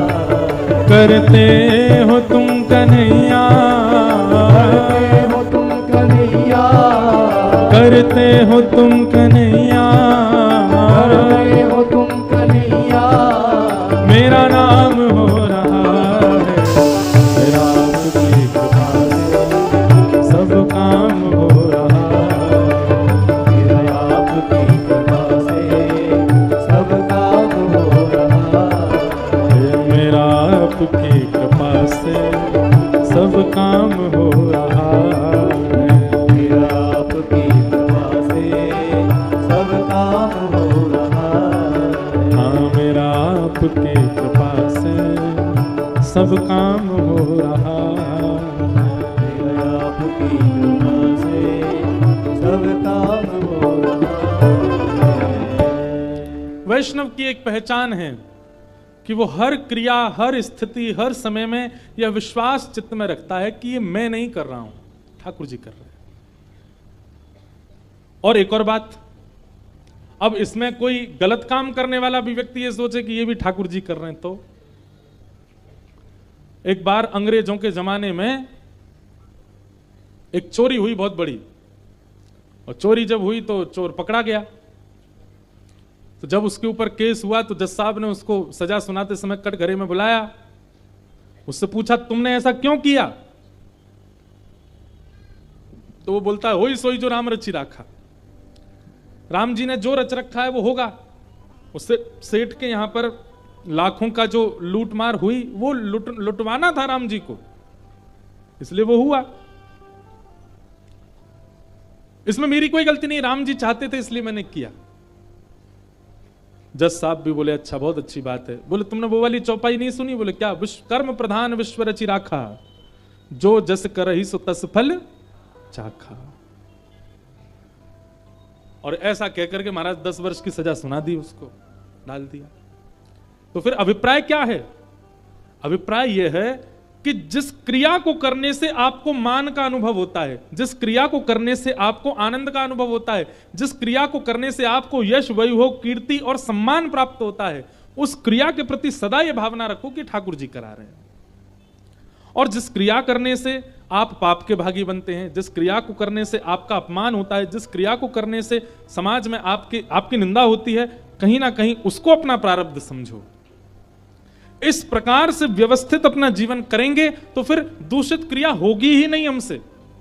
अर्जुन का एक सूत्र अपना लीजिए। अर्जुन भगवान के पास द्वारिका गया और द्वारिका में जाके चरणों में गिर गया, तो भगवान ने कहा भैया क्यों आए हो? बोले महाभारत का युद्ध होने वाला है। अर्जुन बोला तुमसे पहले दुर्योधन आया था, सेना लेकर के चला गया, सेना देने को मेरे पास नहीं है, अकेला मैं बचाऊं, और मैंने प्रतिज्ञा ली है कि मैं शस्त्र उठाऊंगा नहीं। सेना दुर्योधन ले जा चुका है, मैं अकेला तुम्हारे साथ चलूंगा, लेकिन मैं शस्त्र उठाऊंगा नहीं, मैं युद्ध करूंगा नहीं, मंजूर हो तो ले लो हमको। अर्जुन ने भगवान से कहा कि नाथ, ना तो मैं आपसे कुछ मांगने आया था और ना ही मैं आपको मांगने आया था, ना ही मुझे सेना चाहिए, ना ही मुझे आप चाहिए। भगवान बोले तो फिर क्यों आया? अर्जुन बोला महाभारत का युद्ध होने वाला है नाथ, उस महाभारत के युद्ध में मैं क्या करूं, कैसे करूं, कब करूं, कहां करूं, मुझे नहीं पता। उसके लिए आप ही मेरे निर्देशक बनो। मैं ना आपसे मांगने आया हूं, ना आपको मांगने आया हूं, मैं खुद को देने आया हूं कि मुझे स्वीकार करो और मुझे बताओ कि मैं क्या करूं। और इसी बात ने अर्जुन को महाभारत का युद्ध जितवा दिया। अर्जुन अपना बल लेकर के जाता कि मैं गांडीव धनुषधारी अर्जुन, मैं पांडवों में सबसे बलवान अर्जुन। अगर यह बल लेकर के अर्जुन युद्ध भूमि पर जाता तो हार जाता, पर अपने बल को छुपा के ठाकुर जी को प्रदान कर दिया अर्जुन ने। करिष्ये वचनम तव, आप जब कहोगे कि उठो उठूंगा, आप कहोगे बैठ जाओ बैठ जाऊंगा, आप कहोगे नाचो नाचूंगा, आप कहोगे आप कहोगे रो रोऊंगा, आप कहोगे हंसो हंसूंगा। अपनी ये मेरी कोई इच्छा नहीं रहेगी, सब आपकी इच्छा से करना है मुझे। और इसी कारण से अर्जुन जीत गया। अपनी इच्छा मत मानिए, ठाकुर जी को हृदय में विराजमान करके उन्हीं को ही प्रधान मान लीजिए। आप जो चाहेंगे वो होगा नाथ। अब हमको पद तो एक और याद आ गया, पर ये वाला कल सुनाएंगे, अभी तो कथा सुना देते हैं। पद की एक पंक्ति ही बहुत सुंदर है। हे मारा गिरधर लाल थारो नचायो नाचू रे, थारे घर में रहूं निरंतर, थारो ही भोग लगाऊं। मारा गिरधर लाल थारो नचायो नाचू रे। मेरी अपनी कोई इच्छा नहीं है नाथ। आहा, बहुत सुंदर पंक्तियां हैं इस पद में कि हर स्थिति ठाकुर जी आप जो दोगे वो मुझे स्वीकार है। मेरी अपनी कोई इच्छा नहीं। इस समर्पण के साथ ठाकुर जी के संग रहना, ये एक वैष्णव का लक्षण है। मैं नहीं कर रहा हूं, सब ठाकुर जी कर रहे हैं। भगवान ने उत्तरा के गर्भ के बालक की रक्षा की। तत्पश्चात भगवान जैसी आगे बढ़ने लगे, कुंती ने भगवान की स्तुति गाई, कुंती को भगवान ने कृपा किया। तभी भगवान जैसे ही रथ में आरूढ़ होकर के अब द्वारिका को प्रस्थान करने लगे, तो वहीं पांडवों में खड़े युधिष्ठिर जी रोने लगे। भगवान बोले, युधिष्ठिर अब तुम क्यों रो रहे हो? युधिष्ठिर जी बोले, मैंने बहुत बड़ा अपमान किया, बहुत बड़ा अत्याचार किया, बहुत बड़ा अनर्थ कर दिया। महाभारत युद्ध करके कितने बालकों को अनाथ कर दिया, कितनी माताओं को विधवा कर दिया, मैंने अपनों को मार दिया। भगवान बोले, देखो एक बात बहुत ध्यान से सुनना बंधुओं, गलती करने से पहले यदि आपके चित्त में यह भावना आ जाए कि यह गलत है, मुझे नहीं करना चाहिए, तो अच्छा है। लेकिन गलती करने के बाद जीवन भर सिर पर हाथ रख के और महाराज रो रहे हैं, मैंने गलत कर दिया, मुझसे अपराध हो गया, मुझसे अपमान हो गया, मैंने ये कर दिया, और उसी के गम में ही पूरा जीवन जी रहे हैं, भगवान कहते हैं ये कायर व्यक्ति का लक्षण है। आपसे गलती हो गई, उस गलती का एहसास आपको होना चाहिए, पर जीवन व्यतीत ऐसे ही मत कर दो कि मैंने बहुत बड़ा अपराध अपमान कर दिया, मुझसे बहुत बड़ी गलती हो गई। ठीक है, जो हुआ उसके बारे में अब ज्यादा विचार ना करके आगे से ऐसा नहीं करूंगा, यह संकल्प लेकर के आगे बढ़ो। अब जो आपने कर दिया वो कहीं ना कहीं आप भोग लोगे, लेकिन उसी के चक्कर में बैठे हुए मैंने बहुत बड़ी गलती कर दी, मुझसे अपमान हो गया, ये हो गया, ये हो गया, और उस चक्कर में पूरा जीवन निकाल दिया, ये गलत है। तो याद रखिए, अपराध करने से पहले बोध हो रहा है तो रुक जाइए, लेकिन अपराध करने के बाद यदि आप रो रहे हैं, मैंने ऐसा क्यों कर दिया, मुझसे बहुत बड़ी गलती हो गई, रोइए नहीं। अपनी गलती स्वीकार करके आगे से ऐसा नहीं करूंगा ऐसा कह के बढ़ो आगे, और जो आपने पहले किया वो कहीं ना कहीं आप भोग लोगे। कायरों की तरह बैठ मत जाओ। कर्तव्य है, जीवन चलते रहना चाहिए। कई घरों में मैं गया हूं, कई लोग अपने द्वारा किए गए कुछ अपराधों की वजह से अपना जीवन नष्ट कर देते हैं, अपने जीवन को वहीं रोक देते हैं कि अब हम कुछ नहीं करेंगे, हमसे अपराध हो गया है, हमने ऐसा ऐसा किया था, अब हम किसी लायक नहीं है, किसी को मुंह दिखाने लायक नहीं। आप बढ़िए आगे, बस संकल्प ले लेना कि अब वो गलती नहीं दोहराएंगे।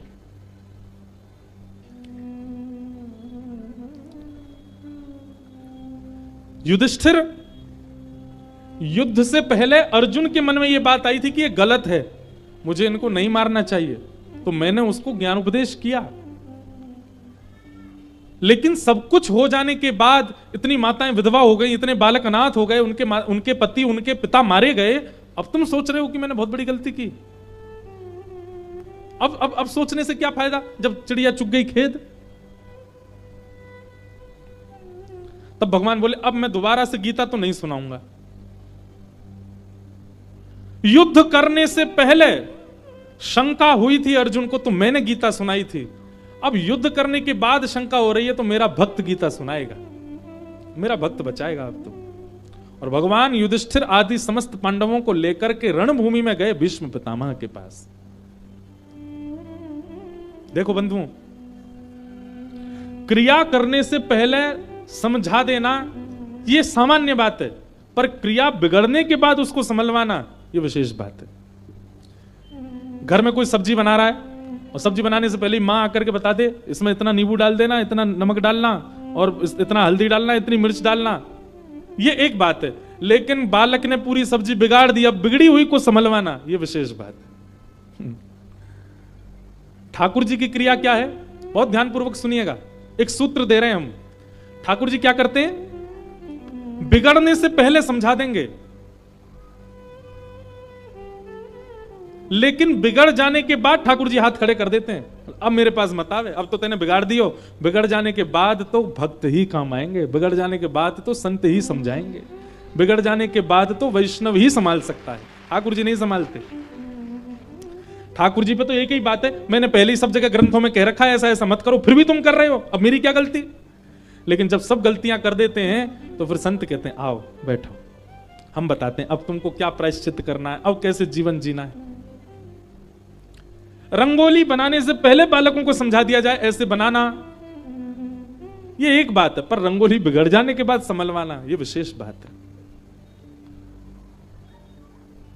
भगवान ने हाथ खड़े कर दिए, बोले युधिष्ठिर अब मैं नहीं समझा पाऊंगा तुमको, लेकिन तुम्हारा शोक और इन सब पांडवों का शोक ये दूर करने की क्षमता मेरे एक वैष्णव में है, और वो मेरी प्रतीक्षा कर रहा है। कौन?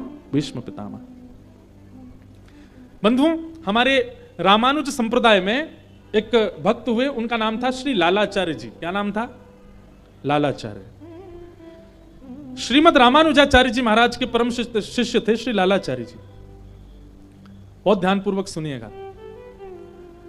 लालाचार्य जी को रामानुजाचार्य जी ने एक दिन आज्ञा दी। क्या आज्ञा दी? बोले जितना तुम भगवान को मानते हो उससे 1000 गुना ज्यादा उनके वैष्णव भक्त संतों को माना करो।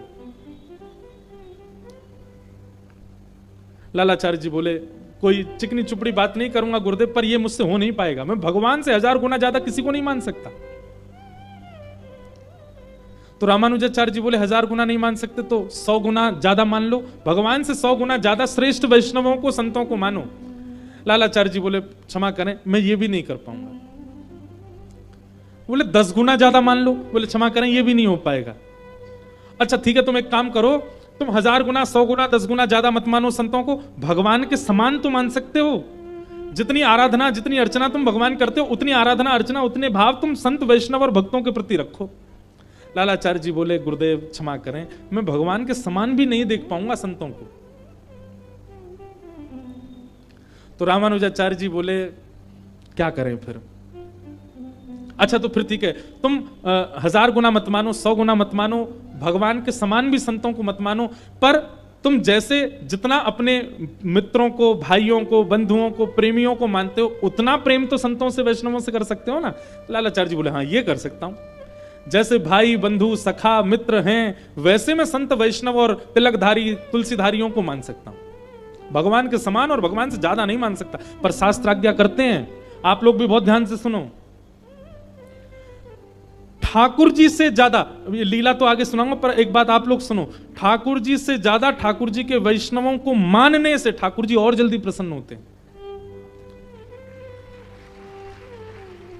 हां, वो वैष्णव अपने आप को ठाकुर जी से ज्यादा पुजवावे तो गलत है, तो अपराध है। आपके मन में अपने आप भावना आ जाए, आपके बिसौली में कोई कंठीधारी आवे, आपके बिसौली में कोई हरिद्वार से वैष्णव आ जाए, तो जितने प्रसन्न आप वृंदावन बिहारी को देख करके होते हैं उतने प्रसन्न उसको देख करके हो गए, तो निश्चित समझ जाना आपकी भक्ति लग रही है आपको, इसीलिए वैष्णवों को देख के आप प्रसन्न हो रहे। पर लालाचार्य जी ने स्पष्ट कर दिया मैं भगवान से ज्यादा नहीं मान सकता किसी भक्त को और भगवान के समान भी नहीं मान सकता। तो गुरुदेव ने आज्ञा की तो भगवान से ज्यादा भगवान के समान मत मानो, अपने भाई बंधु सखाओं के सम मान लो। लालाचार्य जी बोले ये कर लूंगा मैं। और वो उसी दिन उसी क्षण से जो भी तिलकधारी दिखाई देता, जो भी कंठी वाला दिखाई देता, जो भी नाम जापक शिखा वाला दिखाई देता, जिस किसी के भी किंचित भेष में कहीं वैष्णवता होती, लालाचार्य जी उसको ऐसे हृदय से लगाते जैसे कुंभ का बिछड़ा भाई मिला हो। सामने वाला पूछ रहा अरे भाई जानना पहचान तुम? अरे नहीं तुम तो मेरे भैया हो। अपने गुरु की आज्ञा का इतना पालन किया कि फिर जो मिला वैष्णव रूप में उसको भाई के समान ही प्रेम किया लालाचार्य जी ने। लेकिन ठाकुर जी ने एक दिन लालाचार्य जी की परीक्षा की। वो कैसी परीक्षा? कि दक्षिण में कावेरी नदी में लालाचार्य जी स्नान कर रहे थे और तभी एक वैष्णव तिलकधारी कंठीधारी कोई वैष्णव था, वो स्नान करते करते कावेरी जी में डूब गया और उसके प्राण निकल गए और वो बहता हुआ कावेरी जी में आ रहा था, उसका शव तैर रहा था नदी में। लालाचार्य जी यहां पर संध्या उपासन कर रहे थे, तभी उन्होंने नेत्र खोल करके देखा कि सामने एक शव जा रहा है और उस शव का अता पता कुछ नहीं है, पर उसने गले में कंठी पहन रखी है और माथे पर थोड़ा थोड़ा तिलक लगा हुआ है। तो लालाचार्य जी उसको देखते ही फूट फूट करके रोने लगे और चिल्ला चिल्ला के हल्ला करने लगे, मेरा भाई चला गया, मेरा बंधु चला गया, मेरा सखा चला गया। कूद पड़े, सब रोकने लगे, अरे जान ना पहचान, पता नहीं किसका शव है, तुम कहां जा, अरे नहीं ये मेरा भाई है। उनकी निष्ठा इतनी हो चुकी थी वैष्णवों के प्रति कि अब किसी का शव भी देख रहे हैं तो उसी भांति रो रहे हैं जैसे कोई सगे भाई के जाने पर रोता है। लालाचार्य जी उनके शव को लेकर के आए और अपनी गोद में उनका सर रख के इतना रोए, नगर के लोग सब उपहास करने लगे, नगर के लोग आकर के सब तमाशा देख रहे हैं। बोले बताओ, एक अनजान व्यक्ति को अपने भाई के भांति प्रेम कर रहे हैं। पर लालाचार्य जी तो हर वैष्णव को अपना भाई मानते थे, गुरु को वचन दिया था कि भगवान से ज्यादा नहीं मान सकता पर अपने भाई बंधुओं के समान मान लूंगा संतों को। घर परिवार के लोगों ने लाख मना किया लेकिन फिर भी लालाचार्य जी ने उनका संस्कार किया, अपने केश छेदन आदि कराए और जो क्रिया एक घर का सदस्य करता है ठीक वैसी क्रिया पिंडदान आदि सब करने लगे। अपने गोत्र से ही उसका गोत्र बोल करके उसका पिंडदान आदि सब कर दिया। और इतना ही नहीं, 13 दिन तक सूतक की जो क्रियाएं घर में होनी चाहिए वो क्रियाएं भी पालन कराई और खुद भी करी और खुद के परिवार वालों से भी कराई। ये निष्ठा नहीं है? कैसी अद्भुत निष्ठा। आया 13वां दिन और 13वें दिन श्री लालाचार्य जी गए और नगर में जितने ब्राह्मण थे सबको निमंत्रण दे के आए। बोले हमारे भाई साहब चले गए, उनके भोज में आप सबको आना है। सब ब्राह्मण बोले ठीक है भैया, इनके भैया गए उसमें जाएंगे। तभी एक उनमें चतुर ब्राह्मण था, उसने कही बोले लालाचार्य जी का तो कोई भैया ही नहीं है, इनका कौन सा भाई चला गया जिसके प्रीति भोज, जिसके भोज में हम लोग जाएं। और हम लोगों का आचरण शुद्ध है, हम लोगों की विचारधाराएं शुद्ध हैं, ऐसे थोड़ी किसी का नाम गोत्र नहीं पता, किसी के भी चलते फिरते आदमी के उसमें हम चले जाएंगे। यहां पर लालाचार्य जी ने सारी व्यवस्था कर रखी थी, ब्राह्मण आएंगे, 13वां दिन है, शुद्ध पवित्र होना है आज प्रसाद पवा के। लेकिन कोई भी नहीं आया। जब कोई भी नहीं आया तो लालाचार्य जी ने पूछवाया कि कोई क्यों नहीं आया। तब पता चला कि सबने यह सोच, सबको यह पता चल गया कि वो आपके भैया नहीं थे, आपने तो ऐसे ही राह चलते का संस्कार कर दिया, उसके भोज में बुला रहे हो ऐसे, इसलिए ब्राह्मण नहीं आए।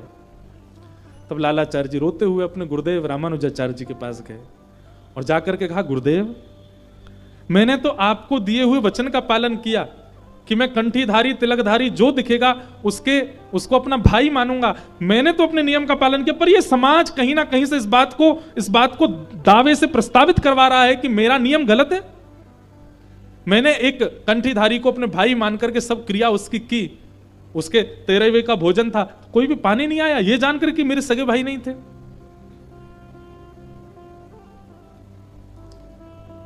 रामानुजाचार्य जी बोले, तुमने निष्ठा से किया है ना, बस अब तुम चिंता मत करो, ठाकुर जी को निवेदित करके ठाकुर जी को निमंत्रण दे दो। और जैसे ही लालाचार्य जी ने ठाकुर जी को निवेदित करके ठाकुर जी को निमंत्रित किया, साक्षात शंख चक्र गदा पद्मधारी लक्ष्मण नारायण भगवान उस भोज को पाने के लिए आए।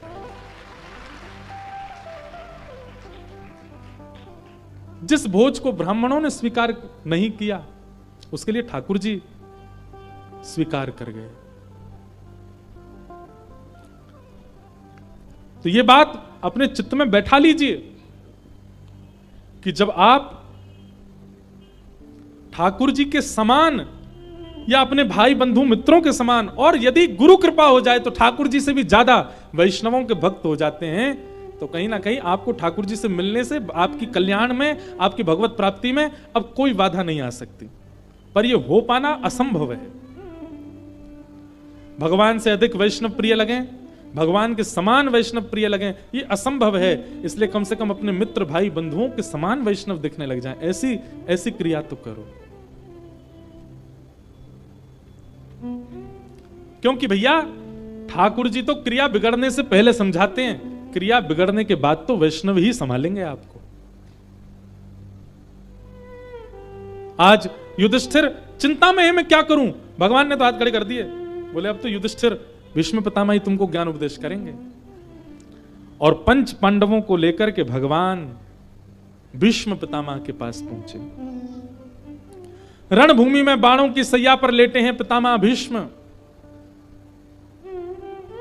रोम रोम में बाण लगा है भीष्म पितामह के।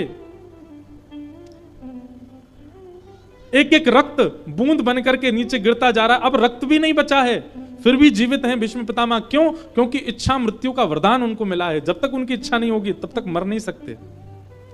लेकिन इस इच्छा मृत्यु का जितना सुंदर सदुपयोग भीष्म पितामह ने किया वो प्रशंसनीय है कि भीष्म पितामह ने अपनी इच्छा मृत्यु से कोई सांसारिक भौतिक सुख की कामना नहीं की, बल्कि इच्छा मृत्यु से कामना की पीतांबरी कसी हो, मुखड़े पे एक हंसी हो, छवि मन में ये बसी हो, जब प्राण तन से निकले, इतना तो कहना स्वामी, जब प्राण तन से निकले। बंधुओं, हमारा जीवन चाहे जैसे निकल जाए, पर हमारी अंतिम क्षण जो होते हैं ना, उन क्षणों में हमारे विचार में जो होता है, हमारे मन में जो होता है, हमारी बुद्धि में जो होता है, वैसी ही गति कई बार हमको मिलती है। और अंतिम क्षण का कुछ पता नहीं होता कि वो कब आ जाए।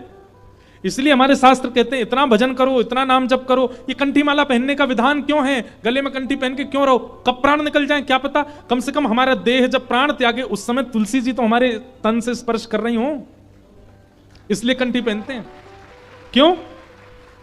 सबको पता है कि जब किसी के प्राण निकलते हैं तो उसको भी एक संस्कार कहा जाता है, अंतिम संस्कार। और अंतिम संस्कार में एक चिता बनाई जाती है। चिता में उस देह को पधरा करके एक प्रकार से जब कोई व्यक्ति अंतिम संस्कार करता है ना, तो ध्यान से सुनिएगा, पंडित जी उस समय भी कुछ मंत्र उच्चारण करके कहते हैं स्वाहा, मतलब अब इस देह का भी हम आपको अर्पण करते हैं, ठाकुर जी इसको स्वीकार करो। हवन में अर्पित की गई हर वस्तु ठाकुर जी के मुख के समान, मतलब ठाकुर जी उसको पा रहे हैं। ध्यानपूर्वक सुनिएगा। एक प्रकार से हवन क्या है? हवन भगवान का मुख है। सभी देवी देवताओं का आह्वान करके हम उसमें आहुति डाल करके अग्नि के द्वारा भगवान का पोषण, भगवान को पवा रहे हैं। अंतिम संस्कार में हम देह को जला करके एक प्रकार से उस देह को भगवान को अर्पित कर देते हैं। और भगवान तब तक नहीं पाते जब तक तुलसी जी का स्पर्श नहीं हो। इसलिए उस देह से तुलसी का स्पर्श हो रहा हो जब उसके प्राण निकले हो, तो निश्चित है कि भगवत प्राप्ति हो जाएगी। लेकिन अगर व्यक्ति ने केवल तुलसी पहनी, नियमों का पालन नहीं किया, नियमों का पालन मतलब एक ही नियम है तुलसी जी का, क्या? कि तुलसी धारण करने के बाद कंठ से नीचे अपवित्र वस्तु नहीं जानी चाहिए आपके मुख में। अगर आप अपवित्र मांस का भक्षण करते हैं, मदिरा का सेवन करते हैं, तंबाकू खाते हैं, धुआं उड़ाते हैं और तुलसी पहनते हैं, वो तुलसी नहीं, फिर काष्ठ है। और मृत्यु के बाद में तुलसी का अपमान करने का दंड और मिलेगा। इसलिए एक जगह मुझसे एक व्यक्ति पता क्या बोला, महाराज जी मैं तुलसी पहनता हूं, पर मैं कॉलेज में पढ़ता हूं, बच्चों के साथ कभी कभी खाना पीना पड़ता। मैंने कहा हे भाई तू क्यों पहनता है तुलसी? बोले नहीं, जब खाने पीने जाते हैं तुलसी उतार देता हूं। मैंने कहा वाह, उससे क्या होता है? बोले कम से कम कंठ से तुलसी तो नहीं स्पर्श होती। मैंने कहा ये तो वही बात हो गई कि ब्याह में मंगलसूत्र पहना था बहू ने, लेकिन मंगलसूत्र उतारने से ब्याह थोड़ी टूट जाएगा, वो तब भी विवाहिता ही मानी जाएगी।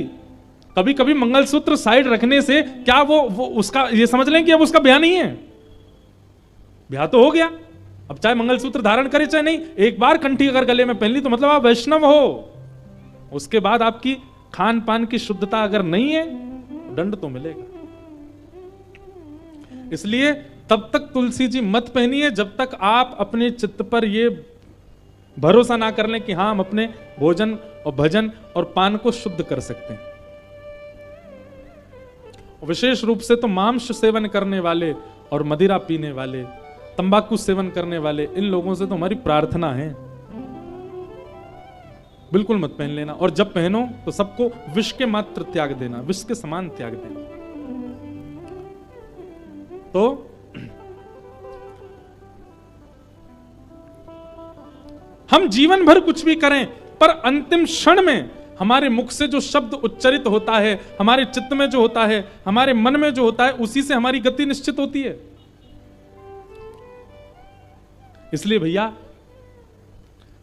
हर दिन ठाकुर जी से एक प्रार्थना करो, क्या कि नाथ जब मेरे प्राण निकलने वाले हो ना, आप मुझको अभी बिल्कुल मत मिलना, मैं वृंदावन जाऊं मुझे मत दिखना, मैं हरिद्वार जाऊं मुझ पर कृपा मत करना, जीवन भर मेरा ऐसे ही चलने दो, कोई बात नहीं, आप मत मिलना। पर नाथ जब मेरे प्राण निकल रहे हो ना, जब मेरी अंतिम श्वास चल रही हो, मुझे नहीं पता कहां निकलेंगे, कैसे निकलेंगे, कब निकलेंगे, आपको पता है, बस मेरी इतनी इच्छा मान लीजिए नाथ कि जब मेरे प्राण निकले ना, तब आप मेरे सामने आ जाना।